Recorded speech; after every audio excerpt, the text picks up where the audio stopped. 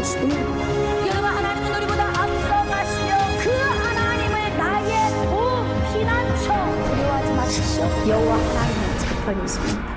여러분, 먼저 제가 여러분에게 한번 질문을 하도록 하겠습니다.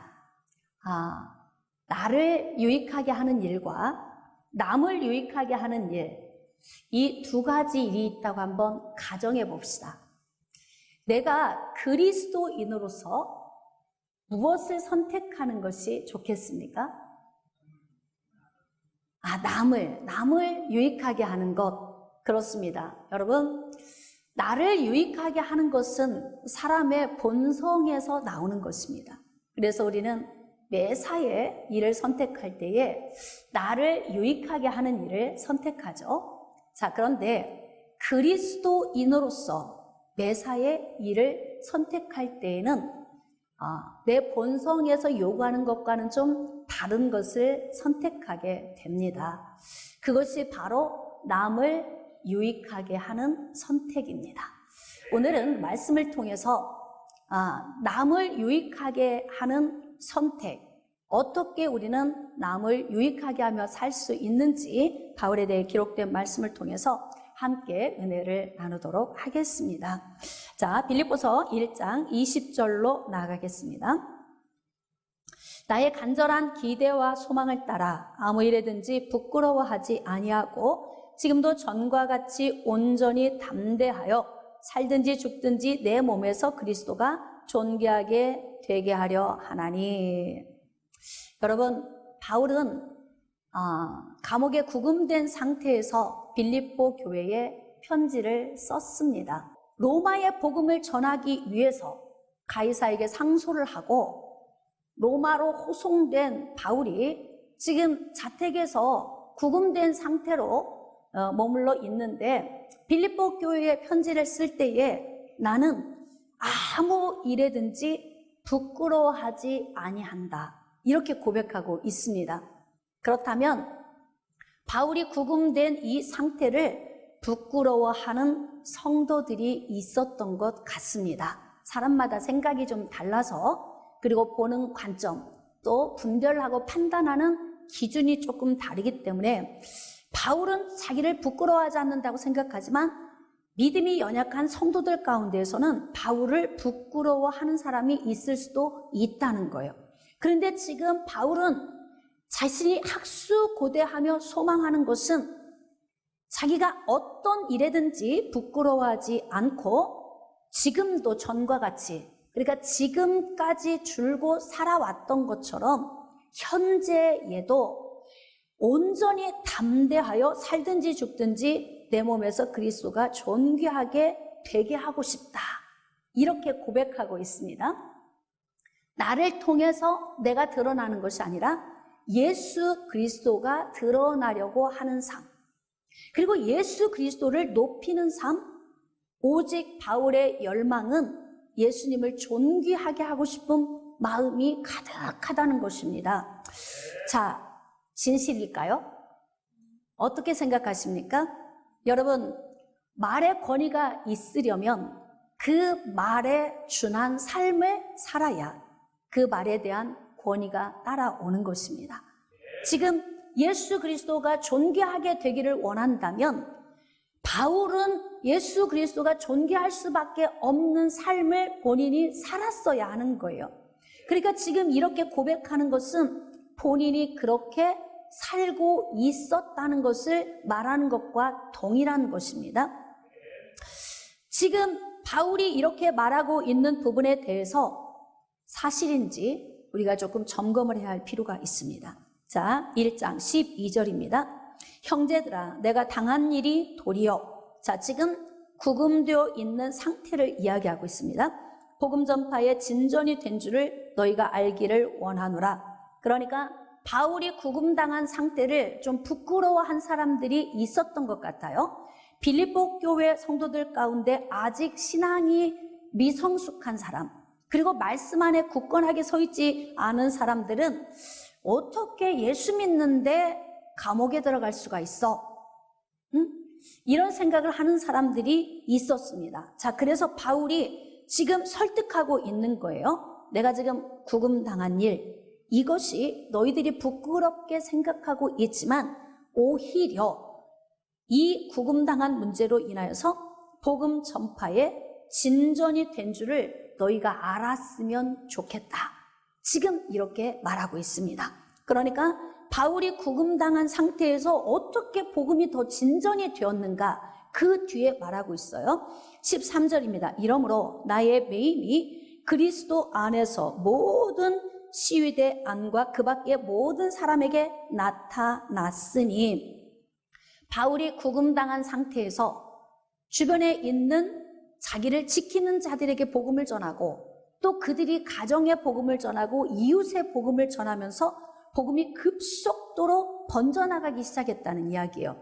그래서 바울은 자기 주변에 있는 사람들을 한 사람도 놓치지 않고 구금된 상태에서도 복음을 전해서 그들을 구원시키는 일을 했습니다. 그런데 그 일이 폭발적으로 계속 복음이 증가되면서 오히려 바울의 이 매임의 상태로 말미암아 더 놀라운 복음의 전파가 일어나게 되었다는 것을 지금 말하고 있습니다. 그러니까 내가 지금 구금된 상태를 부끄러워하지 말아라, 지금 이렇게 말하고 있는 거예요. 자, 14절입니다. 형제 중 다수가 나의 매임으로 말미암아 주 안에서 신뢰함으로 겁없이 하나님의 말씀을 더욱 담대히 전하게 되었느니라. 바울 자신 스스로도 자신 주변에 있는 사람들에게 복음을 증거했지만, 또 바울이 매여 있음으로 인하여서 더 열정의 불이 뜨거워진 사람들이 있다는 거예요.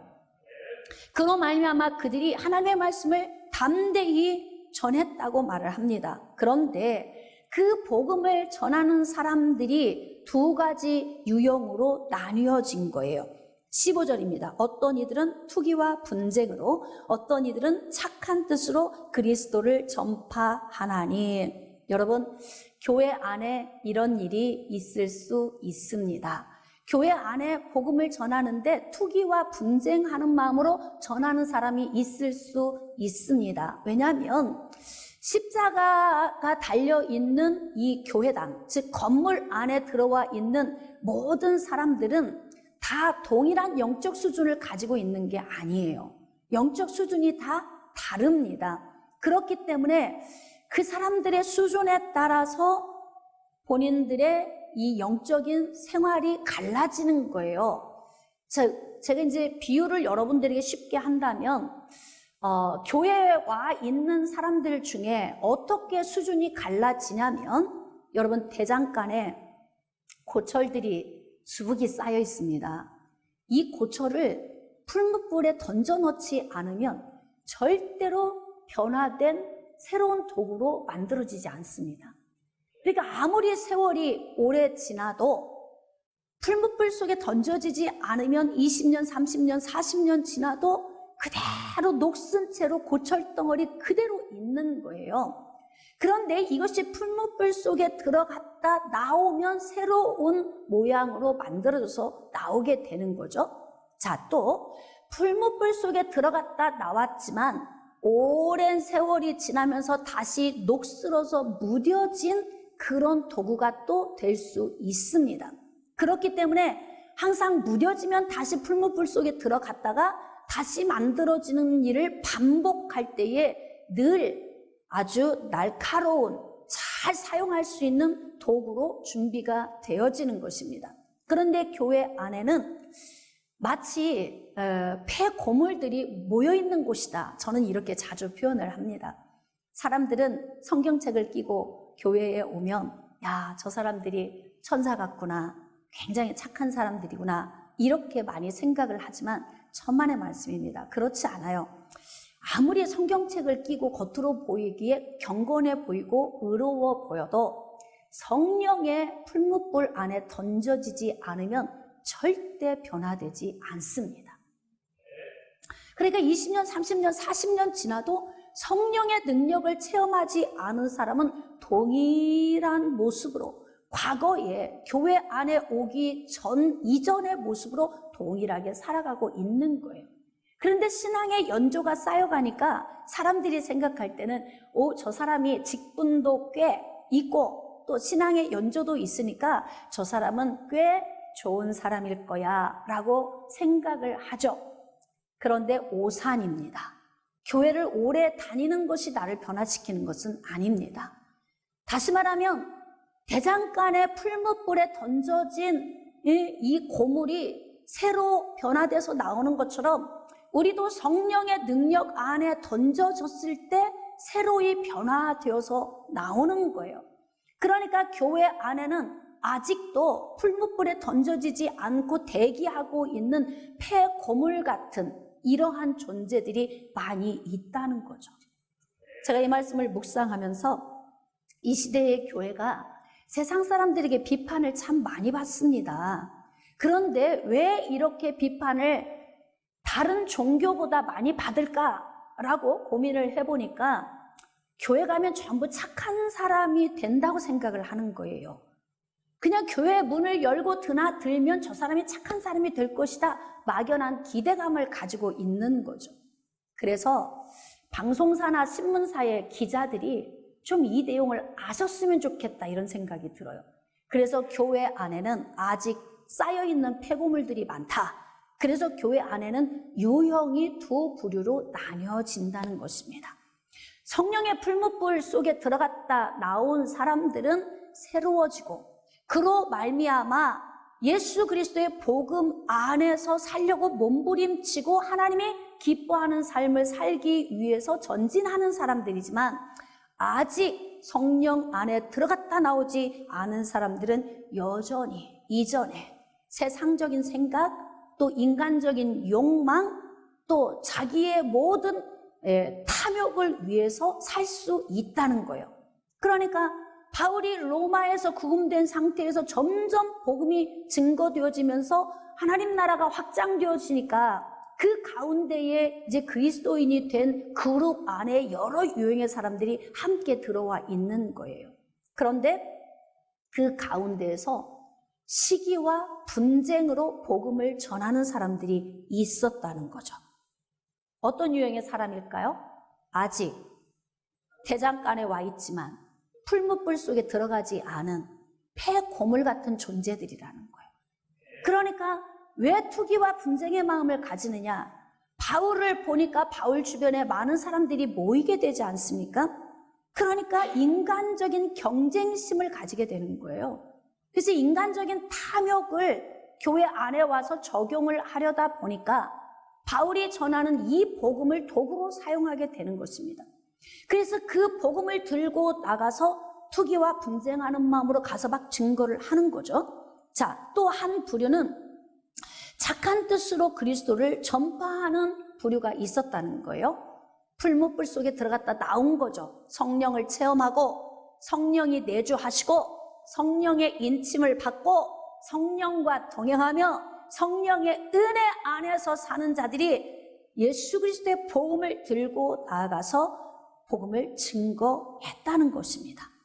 자, 그러니까 굉장히 교회 안에 좀 혼란스러운 문제가 있는 거예요. 제가 지금 몇 주 동안 교회 안에 있는 문제를 지금 다루고 있는데 여러분, 이러한 문제는 어느 시대 어느 장소에나 반드시 모든 교회 안에는 있습니다. 그러니까 대부분 지금 기사가 뜨고 있는 교회에 관한 부정적인 이 요인들은 우리가 조금 더 포괄적으로 이해를 한다면 아직 성령의 능력 안에 들어가지 못한 사람들의 유형이 많다. 이것을 우리가 알아야 합니다. 그러니까 교회에 대한 기대감이 크다는 것은 그만큼 교회가 진실되다는 것을 인정하는 것과 똑같은 거예요.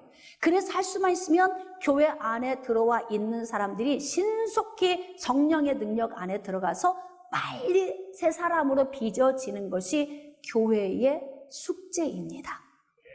그래야 세상에서도 계속 인정받고 칭찬 듣는 교회가 될 수 있는 거죠. 자, 이들은 내가 복음을 변증하기 위하여 세우심을 받은 줄로 알고, 즉 그러니까 사도 바울이 하나님의 소명을 받아서 하나님의 사도야, 그리고 하나님이 세우신 분이셔, 이것을 알고 사랑으로 착한 뜻으로 복음을 전하는 사람이 있었는데 투기와 분쟁으로 복음을 전한 사람들은 바울의 매임에 괴로움을 더하게 할 줄로 생각해서 순수하지 못하게 다툼으로 그리스도를 전파했다는 거죠. 동기 자체가 완전히 다릅니다. 이 두 부류는 완전히 색깔로 비유하자면 컬러가 다른 거예요. 자, 이것을 바울이 어떻게 평가를 할까요? 바울은 아까 자기 자신에 대해서 이렇게 고백했어요. 자, 지금도 전과 같이 온전히 담대해서 살든지 죽든지 내 몸에서 그리스도가 존귀히 되게 하고 싶다. 그러면 정말 이 말이 진실이라면 바울은 이 말에 준한 삶을 살아왔어야 하고 지금도 살고 있어야 하는 거예요. 그러면 확증해 봅시다. 자, 18절입니다. 그러면 무엇이냐? 거칠애로 하나 참으로 하나 무슨 방도로 하든지 전파되는 것은 그리스도니 이로써 나는 기뻐하고 또한 기뻐하리라. 참 대단합니다. 여러분, 대개 사람들은 저 사람이 나를 공격하거나 나에 대해서 좋은 말을 하지 않으면 나도 적대감을 가지고 공격하게 되는 것이 우리의 본성인데, 바울은 나 자신에게 초점을 맞추고 있지 않아요. 사람들이 나를 비웃어도, 조롱해도, 나를 욕해도, 나에 대해서 비방을 하더라도 내가 어떻게 인정을 받는지에 대해서는 초점이 세워져 있지 않아요. 그리고 오직 바울은 어디에 기준이 서 있냐면 오직 그리스도의 기준이 맞춰져 있습니다. 모든 사람들이 어떤 동기가 되었든지 간에 예수 그리스도를 드러내는 일이라면 오케이, 난 좋아. 어때? 여러분 그럴 수 있습니까? 그러니까 지금 이 18절에 기록된 말씀을 보면서 맞아. 바울은 살든지 죽든지 자신의 몸에서 예수 그리스도가 존귀되게 하고 싶다고 한 말이 진실이야. 우리가 발견할 수 있어요. 그래서 우리 입술에 말의 권위가 세워지려면 말 한 대로 살아왔어야 권위가 세워지는 것입니다. 그래서 우리가 그리스도인으로서의 삶을 잘 사는 것이 굉장히 중요하죠. 21절입니다. 이는 내게 사는 것이 그리스도니 죽는 것도 유익함이라. 바울은 지금 예수 그리스도가 자기 안에 충만하게 넘쳐 흐르고 있다고 고백을 하고 있습니다. 그래서 본인은 어떤 마음으로 지금 살고 있냐면 나는 예수 그리스도 안에 충만하니까 완전한 충만한 자리, 완전한 연합의 자리로 나는 지금 나아가도 돼. 난 그렇게 나아가고 싶어. 이렇게 고백하는 거예요. 그것을 어떻게 표현했냐면 죽는 것도 유익함이라. 이렇게 말하고 있습니다. 누구나 사람은 자기 인생에서 어떤 선택의 기로에 서 있을 때 자기의 유익을 위해서 선택하는 것이 우리의 본성입니다. 지금 바울은 이 세상에 내가 머물러 있는 것보다 예수님과 영원한 완전한 연합의 자리로 가는 것이 난 더 유익해. 그래서 그것을 선택하고 싶은 마음이 있음을 지금 내비치고 있습니다. 자기 자신에게 유익한 것. 자, 그러나 만일 육신으로 사는 이것이 내 일의 열매일진데 무엇을 택해야 하는지 나는 알지 못하노라.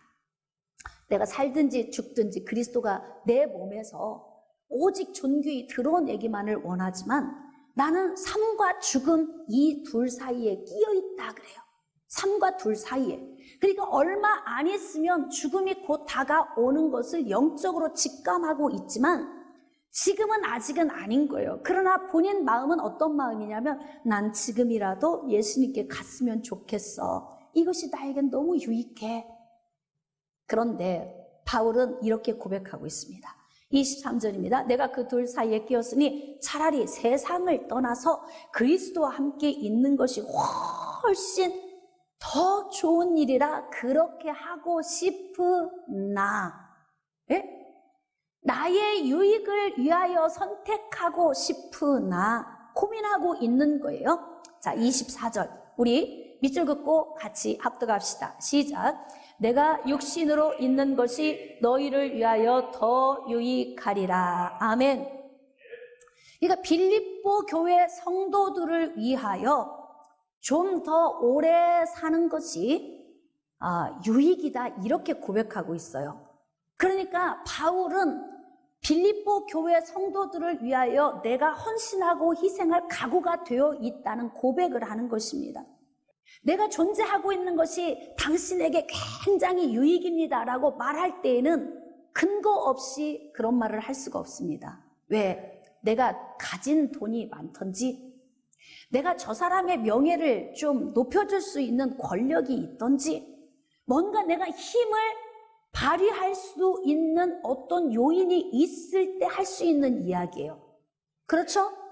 그런데 내가 그런 요인이 없다면 내가 당신 곁에 있는 것이 당신에게 유익입니다라는 말 못합니다. 그래서 지금 바울은 내가 너희들 곁에, 빌립보 교회 성도들 당신들 곁에 있는 것이 당신들에게 유익이야 라고 말하는 거죠. 여러분은 어떻습니까?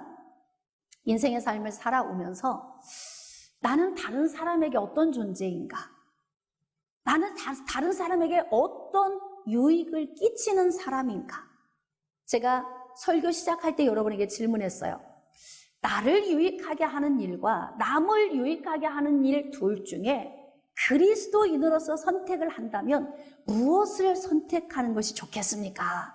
그랬더니 여러분들이 남을 유익하게 하는 일입니다라고 대답을 하셨어요. 남을 유익하게 하는 삶을 살고 계십니까? 나를 유익하게 하는 일을 선택하는 건 기본이에요. 본능이죠. 누구나 다 그걸 선택하고 삽니다. 그러나 이제 우리가 그리스도인으로서 다른 사람을 유익하게 할 수 있는 삶을 선택하고 살아야 하는 것이 바로 그리스도인들이 가야 할 길이라는 것입니다.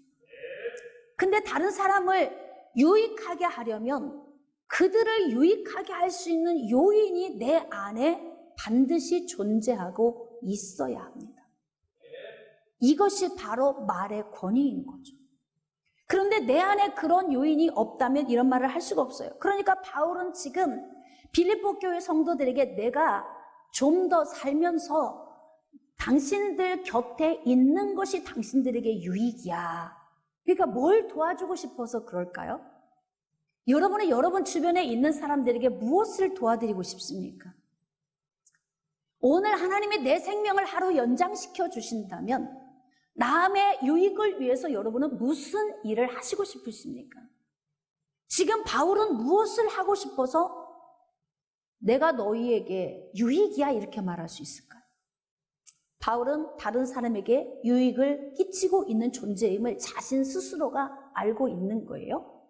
여러분 우리도 알까요 모를까요? 내가 다른 사람에게 유익을 끼치는 존재야? 아니면 다른 사람에게 손해를 끼치고 있는 존재야? 이런 걸 우리 스스로 알 수 있을까요 없을까요? 알 수 있습니다. 우린 스스로 아는 거예요. 나는 유익한 존재인가 무익한 존재인가 피해를 끼치는 존재인가. 그래서 제가 여러분들에게 영적인 부분도 우리가 준비를 해야 되지만 2021년을 우리가 출발하는 이 시점에서 다시 한번 그동안 지나온 삶을 돌이켜보면서 준비되지 못했던 것들을 준비하는 시간이 되었으면 좋겠습니다. 그러니까 바울은 내가 육신으로 있는 것이 너희를 위하여 더 유익하리라. 어떻게 이렇게 당당하게 이런 말을 할 수 있을까요? 바울은 지금 이들에게 유익을 끼칠 수 있는 요인을 자신이 소유하고 있음을 알고 있어요. 그러니까 지금 이렇게 말을 하고 있는 거예요. 바울은 그래서 1차, 2차, 3차 전도여행 마지막 로마에서 서바나까지 복음을 증거하는 내내 모든 성도들에게 함께 있음으로 말미암아 유익을 끼치는 자로 존재하고 있었던 것입니다.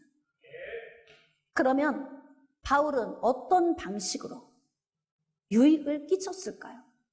여러분 우리는 영적인 삶과 육적인 삶의 모든 균형을 가지고 준비가 되어야 하지만 특별히 바울은 지금 영적인 삶에 대해서 성도들의 영적 유익을 위해서 이들을 권면하고 있습니다.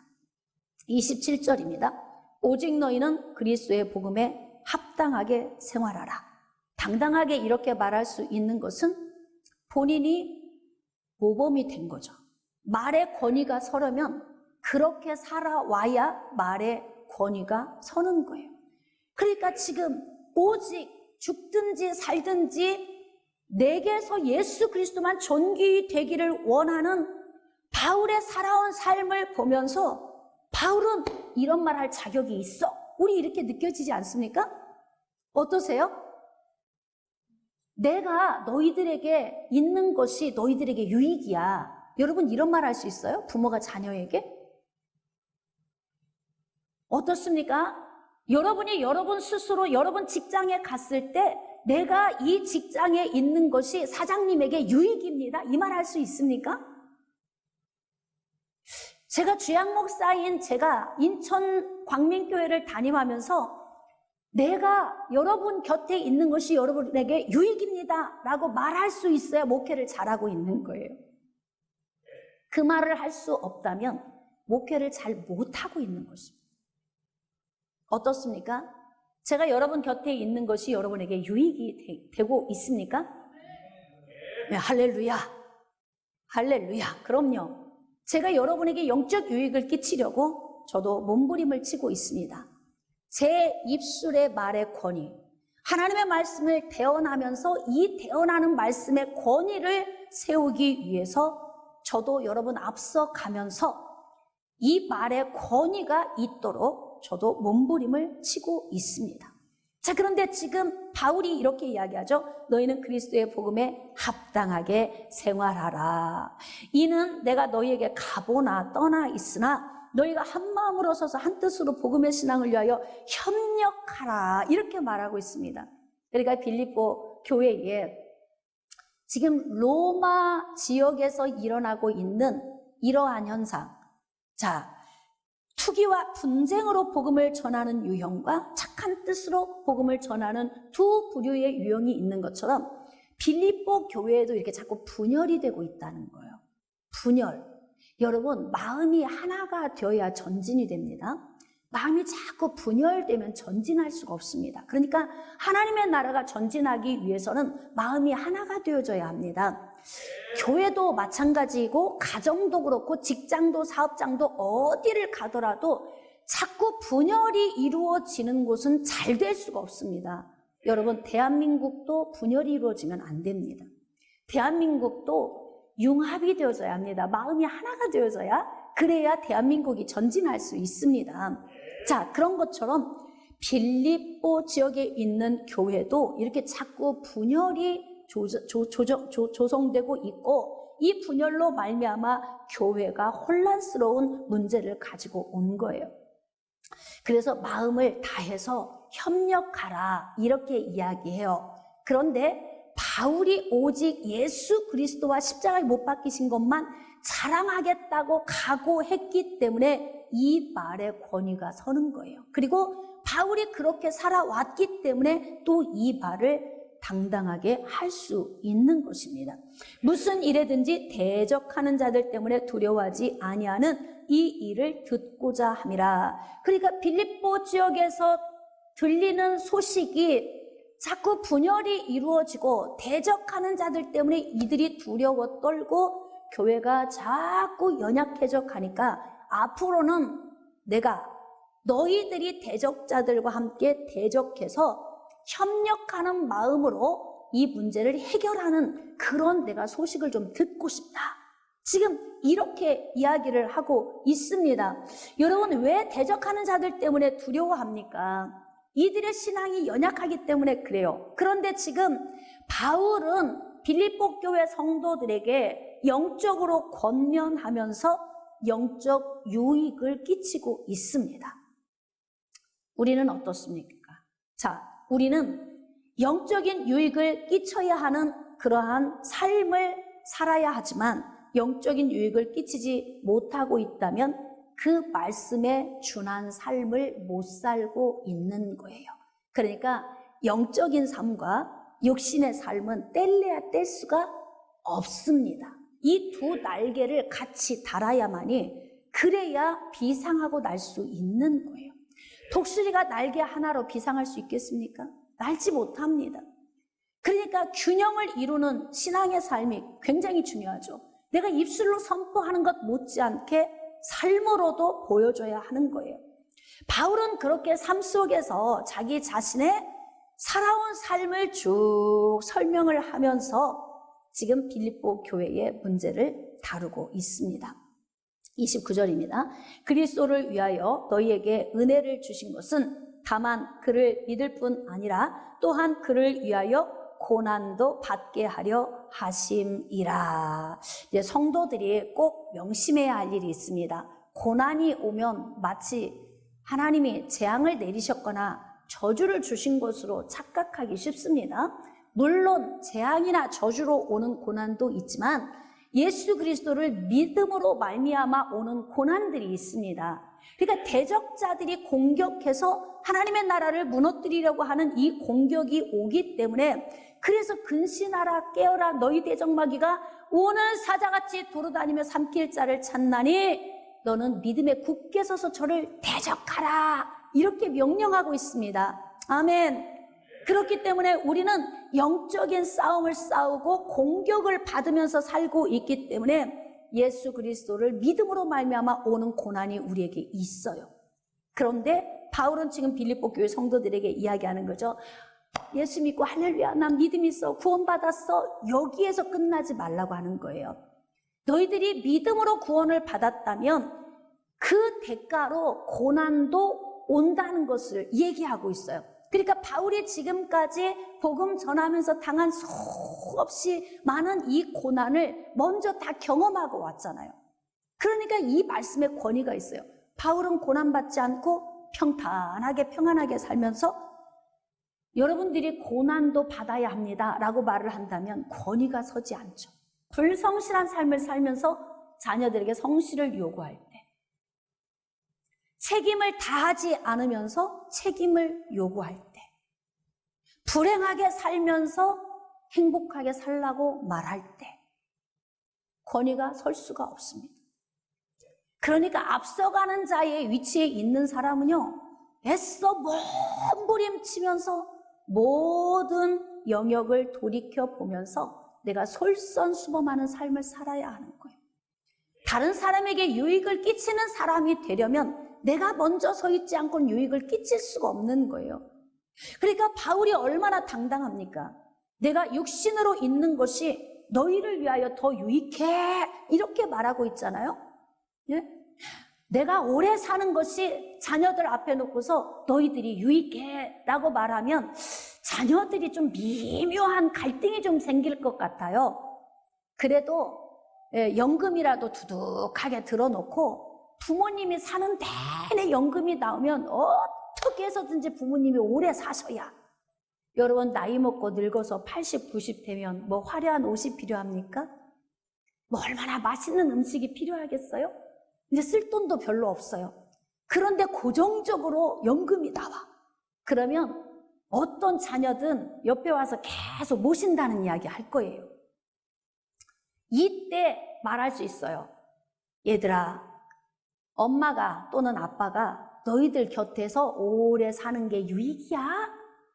이렇게 말하면 어이구 그럼요 오래 사셔요 이래야 되는데 아무 대답이 없어. 왜냐하면 나이 먹으면 아픈 데만 생기죠. 돈 들어갈 때 많죠. 병원 가야 하죠. 매일 약 사서 먹어야죠. 그런데 이걸 스스로 해결을 할 수 없는 상황이라면 어떤 자녀들이 장수를 기원하겠습니까? 깨달아지시면 아멘. 그래서 제가 여러분들에게 노후 대책을 하라고 그렇게 여러분들에게 이야기를 하는 거예요. 여러분 2021년이 시작되었는데 2020년에도 아직 노후 대책 못 하신 분들 계실 거예요. 다시 한번 마음을 좀 잘 생각해 보시고 내 주변에 있는 사람들에게 유익을 끼치는 삶을 살려면 항상 삶을 준비해야 해요. 자, 그렇다면 또 한번 생각해 봅시다. 내가 영적 지도자가 되어 있는데 영적 지도자가 따라오는 사람들에게 내가 여러분들 곁에 있는 것이 여러분에게 유익입니다, 이 말을 할 수 없다면, 아니 또 말을 했는데 아무런 대답이 없다면 또 이것처럼 황당한 일이 어디 있겠습니까? 그러니까 영적으로 앞서가는 사람은 뒤에 따라오는 사람에게 유익을 끼치는 존재가 되어야, 그래야만이 따라오는 사람이 함께하는 걸 기뻐하는 거죠. 바울처럼 이렇게 당당하게 말할 수 있어야 합니다. 여러분들은 어떻습니까? 여러분 주변에 있는 사람들에게 내가 여러분 곁에 있는 것이 여러분에게 유익입니다, 이렇게 말할 수 있습니까? 우리는 신년 1월 1일부터 이제 성경 통독 들어갔어요. 181일 성경 통독, 1년에 2독을 목표를 하고 시작을 했습니다. 자, 이제 제가 각 단톡방에 들어가서 계속 여러분들을 독려하고 있습니다. 목사님, 1월 1일 통독 완료, 1월 2일 통독 중. 주일학교에도 중고등부에도 청년부에도 장년부에도 제가 계속 이 글을 올립니다. 만약에 제가 중간에 하다가 포기하면 성도들은 어떻게 될까요? 예? 그래도 합니다, 이런 분도 있지만 대부분은 흐지부지해질 거예요. 그러니까 제가 굉장히 긴장감이 생기는 거예요. 내가 모범이 안 되면 성도들하고 성경 통독 2독을 계획한 거 이거 다 물거품 될 수 있다. 그래서 저도 성경책을 새 것으로 새로 제가 구입을 했어요. 그리고 다시 읽기 시작했어요. 저는 성경을 다시 읽을 때마다 다시 한 권씩 삽니다. 그리고 다시 기록하고 체크합니다. 그래서 새로 제가 성경을 다시 읽기 시작하면서 이런 생각을 했어요. 내가 먼저 열심히 뛰어가야 뒤에 따라오는 사람에게 유익을 끼치니까 나도 열심히 통독을 해야지. 그리고 저도 열심히 하고 있어요. 그러니까 제가 하루 통독을 하고 나니까 우리 아이들에게도 이야기하죠. 통독했니? 빨리 완료 올려. 문자 올려. 그래서 새 아이가 다 문자를 올렸어요. 통독. 이렇게 우리가 교회 전 성도들이 성경을 좀, 하나님의 말씀을 온전히 읽을 수 있도록 우리가 좀 동기부여가 되자. 그래서 제가 먼저 앞장서 가니까 저희 자녀들도 따라오고 또 성도들도 따라가고 그러면서 함께 마음을 맞춰서 전진하게 되는 거예요. 여러분, 유익을 끼치는 사람이 되기 위해서는 내가 먼저 솔선수범해야 합니다. 모든 면에서 그렇습니다. 그러니까 영적인 삶이나 육신적인 삶, 모든 영역을 점검하셔야 합니다. 할렐루야. 우리는 교회 안에서 신앙생활도 하고 있지만 가정에서 또는 직장, 사업장에서 우리는 사회생활을 하는 사람이기 때문에 모든 영역을 돌이켜봐야 할 필요가 있어요. 지금 바울은 빌립보 교회 성도들에게 합력하여 마음을 하나로 이루어서 그래서 오직 예수 그리스도만 나타날 수 있도록 고난도 두려워하지 말라, 이렇게 이들에게 권면을 하고 있습니다. 자, 그 다음 두 번째 권면입니다. 자, 2장 1절입니다. 그러므로 그리스도 안에 무슨 권면이나 사랑에 무슨 위로나 성령에 무슨 교제나 긍휼이나 자비가 있거든 마음을 같이하여 같은 사랑을 가지고 뜻을 합하여 한 마음을 품어. 어떻게 이런 말을 할 수가 있습니까? 투기와 분쟁으로 복음을 전하는 자들과 사랑의 뜻으로 복음을 전하는 이들을 다 품었던 바울이 먼저 모범이 됐기 때문에 이렇게 말할 수 있는 거예요. 빌립보 교회 성도들아, 내가 이렇게 투기와 분쟁으로 나를 비방하면서 인간적인 욕망을 가지고 복음을 전했지만 그래도 오직 예수 그리스도가 전파된 것을 나는 기뻐한다. 그러니까 너희들도 교회 안에서 마음을 같이 해서 같은 사랑을 가지고 뜻을 합하여 한 마음을 품고 아무 일에든지 다툼이나 허영으로 하지 말아라. 왜 다툼이나 허영이 생겼습니까? 두 부류가 있기 때문에 그렇습니다. 성령의 풀무불 안에 들어갔다 나온 부류와 들어가지 못하고 아직도 고철덩어리로 남아있는 그 부류의 사람들이 교회 안에 함께 공존하고 있기 때문에 그런 거예요. 그럼 누가 품어야 할까요? 어떤 부류가 품어야 합니까? 그래도 성령의 능력 안에서 변화된 사람들이 품어야 하지 않겠습니까? 할렐루야. 그렇기 때문에 성령의 능력을 체험한 사람들이 더 성숙해져서 한 마음으로 품어야 돼요. 무조건 품어야 됩니다. 그러니까 아직 예수를 알지 못하는 연약한 자들과 다투거나 허영으로 하지 말아라. 그리고 어떻게 해야 하느냐? 오직 겸손한 마음으로 각각 자기보다 남을 낮게 여기라. 이렇게 말하는 거예요. 그러니까 다툼이나 허영의 마음이 어디서 나오냐면 교만한 마음에서 나온다는 거죠. 교만한 마음? 그런데 바울은 얼마큼 겸손했습니까? 바울은 가문도 좋습니다. 잘 배웠습니다. 열정도 대단합니다. 똑똑합니다. 뒤떨어질 게 아무것도 없는 사람이에요. 그런데 예수 그리스도 안에, 성령의 능력 안에 들어갔다 나온 후에 그는 세상의 모든 걸 배설물처럼 여긴다고 버렸습니다. 그리고 난 다음에 그는 굉장히 겸손하게 사역을 했어요. 오직 예수님만 드러나면 되는 거예요. 투기와 분쟁하는 마음으로 자기를 비난하고 욕하고 조롱하고 악한 소문을 퍼뜨려도 개의치 않았던 거예요. 괜찮아. 나는 욕을 먹어도 괜찮아. 나는 비방받아도 괜찮아. 오직 예수 그리스도만. 누구만? 다시 한번 누구만? 그렇습니다. 예수 그리스도만 존귀히 되기를 원하기 때문에 그렇습니다. 이 말은 무슨 말입니까? 그만큼 바울은 예수님만 높이고 겸손하게 살았다는 거예요. 겸손. 그런데 교만을 버리는 것이 왜 이렇게 어렵습니까? 이게 교만은 영적인 암이어서 이게 잘하는 줄도 몰라요. 그리고 어느 순간에 보면은 우뚝 솟아 있습니다. 이 교만이. 별로 교만할 것도 없는데, 내세울 것도 없는데 우리 안에서는 이렇게 매 순간 교만이 자라납니다. 그런데 이제 우리는 성령의 능력 안에서 다른 사람에게 유익을 끼치려면 반드시 겸손한 자가 되어져야 한다는 거예요. 여러분, 2021년을 여러분은 어떻게 출발하고 싶습니까? 정말 겸손하게. 내가 다른 사람보다 탁월하고 모든 것을 다 갖췄을지라도 그들을 나보다 더 좋은 사람으로 여기고 훌륭한 사람으로 여기고 그들이 나보다 더 앞서가는 사람으로 여겨주면서 겸손하기를 원하라는 거예요.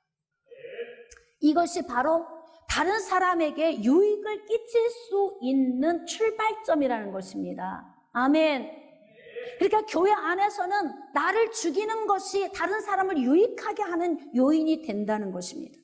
5절입니다. 너희 안에 이 마음을 품으라. 곧 그리스도 예수의 마음이니 그는 근본 하나님의 본체시나 하나님과 동등됨을 취할 것으로 여기지 아니하시고 오히려 자기를 비워 종의 형체를 가지사 사람들과 같이 되었고 사람의 모양으로 나타나사 자기를 낮추시고 죽기까지 복종하셨으니 곧 십자가에 죽으심이라. 즉 예수님도 겸손함으로 이 땅에 육신을 입고 오셔서 죽음에 내어주셨다는 거예요. 그러니까 바울 자신도 자신을 죽음으로 내어 몰았다는 거죠. 스스로 겸손하고 나는 없는 거예요. 나는 없고 오직 예수님만 있는 거예요. 그러니까 예수 그리스도를 본받아 자신도 겸손하게 지금까지 예수님만 드러낸 것처럼 우리도 예수님 본받아 우리 자신을 매일 죽이라는 것입니다. 우리 자신을 매일 죽이라는 거예요. 너무 어렵죠? 쉽지 않습니다. 게다가 성령의 풀무불 안에 던져진 경험이 없다면 얼마나 어렵겠습니까? 내가 인위적으로 나를 죽이려고 하는 건 쉽지 않아요. 죽지 않습니다. 죽었나 싶으면 또 살아나고 죽었나 싶으면 또 살아나죠. 그런데 성령의 풀무불 안에 들어가면은 이게 다 녹아버려요. 불순물이 다 분리가 됩니다. 그래서 되는 거예요. 그런데 또한 성령의 풀무불 안에 들어갔다 나왔는데 이제 세월이 너무 지나서 다시 녹이 슬고 무뎌졌다면 다시 들어가야 되는 거예요. 그래서 우리는 매 순간 성령의 재충만을 받고 하나님 은혜 안에서 나의 안에 있는 불순물을 다 뽑아내야만이 내 주변에 있는 사람들에게 유익을 끼치는 그런 삶을 살 수 있게 되는 것입니다.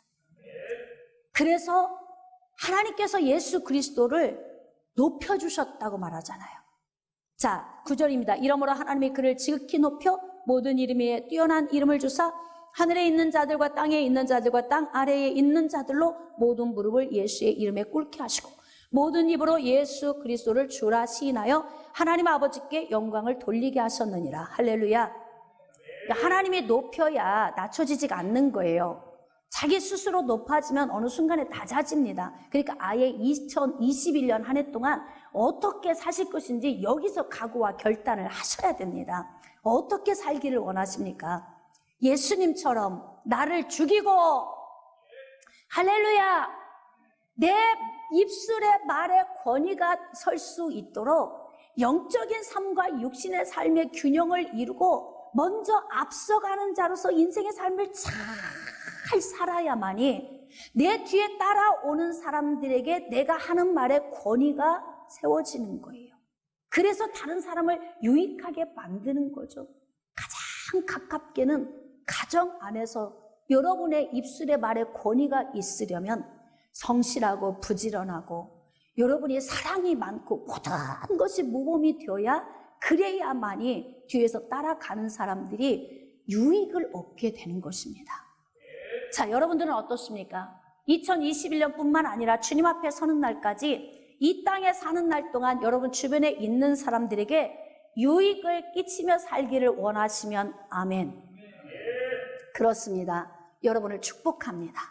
여러분들이 여러분 주변에 있는 사람들에게 유익을 끼치며 살기 위해서 영적인 날개와 육적인 날개의 균형을 잡도록 여러분 인생의 삶에 최선을 다해서 성실하게 정직하게 할렐루야 신실하게 주님 앞에 인생의 삶을 멋지게 살아드림으로 인하여서 선한 영향력, 유익을 끼치는 그러한 삶이 되시기를 주님의 이름으로 축복합니다.